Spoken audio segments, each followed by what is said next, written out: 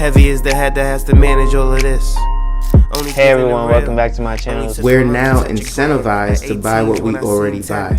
Fumbling through college had me building. I also got some done on the other side. And that was right around, I would say, May, maybe, right before renewing the lease for this property. Welcome to the channel, Martha. Thank you for having me here. Oh, I was going to say, I am getting up there and age, I'll tell you what. Bills paid by other people, life was never this good. I had to step back, knowing that it's... Have you ever felt bamboozled? You went to school for so many years of your life just for it to fail you in the most important thing that you ever had to learn. Yes, you studied math. Yes, you know 2 + 2 = 4. But you did not really understand money.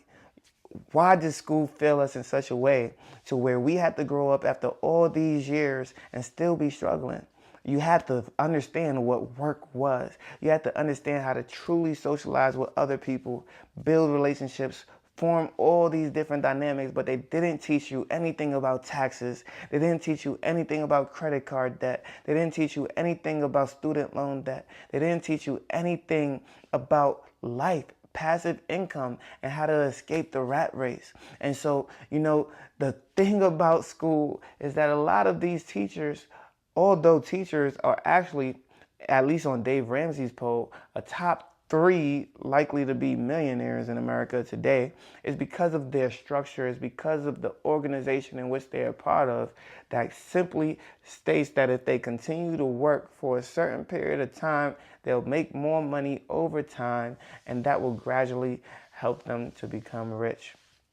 But what about you? What about you, the student who's been learning their entire life? Just go to school, go to college, and get a job. You see, the student loan debt has been crippling America for years. It's a $1 trillion industry and growing, right? People are set to now pay their student loans back, and they are being crippled by that debt. They were buying mortgages, they were buying houses, not knowing that they would have to pay this back after that relief had ended and the pause has been lifted. Now it's time to pay Uncle Sam, and Uncle Sam is roaring, okay? So with that being said, why didn't we learn about taxes in school? Well, it's because there was no one to teach finance in school. Financial classes did not exist. At least it didn't exist for me. Did it exist for you? Let me know. Let me know if it existed for you, because it didn't for me. Everything I learned came from YouTube and books. Everything I learned, and over the years I just learned so much more and more and more, so that I can finally put myself on a playing field where I was yoked enough, where I was understanding enough to apply this into my own life. But when people talk about taxes, I know people who are paying themselves W-2 income. I know people who are trying their best to really solidify themselves and get ahead. But at the same time, the tax strategies that they're implementing are only a detriment to their own lives, right? They don't understand how to depreciate an asset. They don't understand how to depreciate a home. They don't understand what costs can be written off, what food costs are associated with their work and job that can be written off 50%, 100%.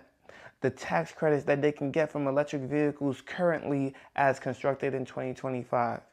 They don't understand all of these loopholes available for the rich and the ultra wealthy that are also available to you if you've opened your minds and applied yourself to the same knowledge. And so it's because they didn't understand that they couldn't teach it to us. They couldn't teach it to us. And because of that, I had to learn that for myself. And I'm telling you this now because you can apply yourself and also learn this same information. Apply yourself for what will work for you and what will benefit you. I have an Ioniq 5, over $50,000 car sitting in my parking garage, but I paid less than I did in maintenance on my Hyundai Elantra that was a 2013 model. I was paying about $6,000 a year in maintenance, not including gas costs of about $200 a month. Now I pay way less than that. Just having an Ioniq 5, $50,000 car, about 4 times more expensive than the Elantra. I pay less than I did on my Elantra that was paid off. Imagine that. Imagine that. Just my maintenance cost on the Elantra was outweighing the benefits of having it, to the point where I now can charge my Ioniq 5 for free for 2 years. I don't even have a cost on electricity with this vehicle. So that should tell you something, right?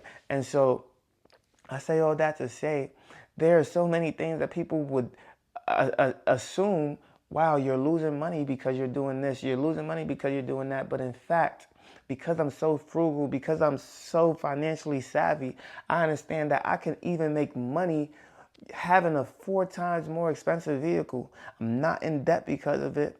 I'm not suffering because of it. In fact, I'm saving money because of it. And it's a 2024 model. Who would have thought? Most people would be having $700, $600, $500 car payments to afford that car.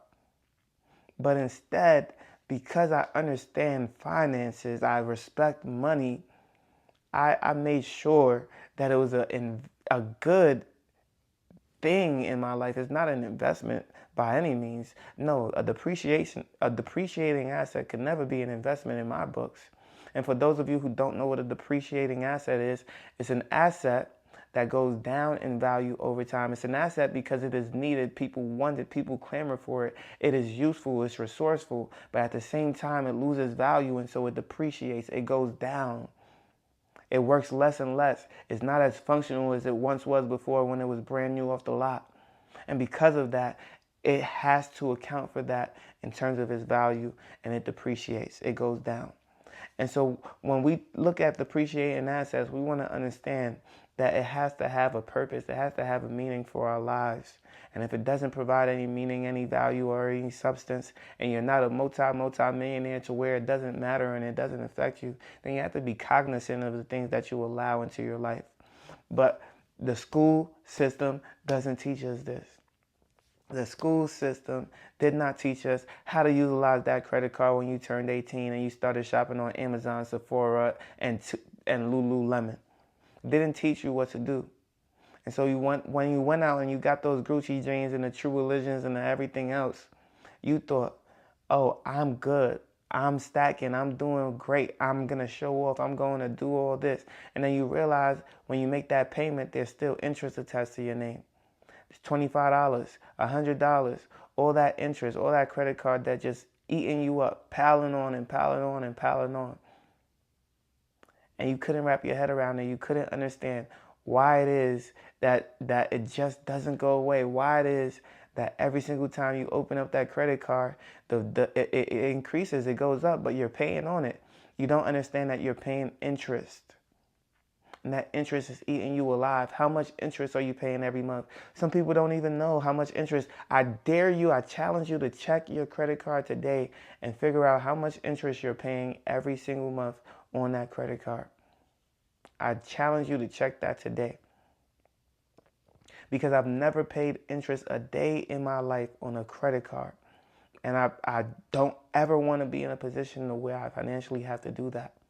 And so because I know me and because I know myself, I don't want to put myself in a position to where I relied on the information that I didn't get from school in order to maximize my financial stability now and into the future. And so, no, they didn't teach you how to utilize a credit card. They didn't teach you how to utilize your taxes. They didn't teach you how to stay out of student loan debt. They didn't teach you that if you really, really, truly worked hard, that you can get a scholarship. They didn't apply for other schools in which you could get a scholarship. No, they left that all to you. They left that all to you to determine how your life is going to be. All they did was teach that one class. Yeah, that one science class, that one English class that you truly liked. All they did was make you feel a little bit good. All they did was sit you down and say, listen. But they did not wrap their arms around you and say, hey, there's a little bit more learning to do. There's a little bit more life to live. You're about to turn 17. You're about to turn 18. You're about to leave the school system. There's a little bit more life you need to know. And so, although the school system failed us as a whole, it is our jobs now to take ownership of our lives, be better individuals, and do more for ourselves. And in order to do that, we have to be disciplined. We have to be focused. And I'm going to say this in a few more videos because I think it is super, super important. A lot of people are lacking their emergency fund. A lot of people are lacking a savings account. They're trying to invest. They're trying to pay off debt. They're trying to do all these things, but they have nothing to fall back on. And so when every single emergency occurs, what happens? They go bankrupt. They go back to square one, and they just don't know what to do. I urge everyone to not only budget, but have a savings account and have an emergency fund before any investments. Because if you don't, you will surely be using those investments to pay off every single emergency that comes your way. Now, if you like this video, make sure you leave a like, comment, and subscribe to the channel. You know I post on YouTube, Rumble, and Spotify for podcasters, and I can't wait to see you on the next one. Peace.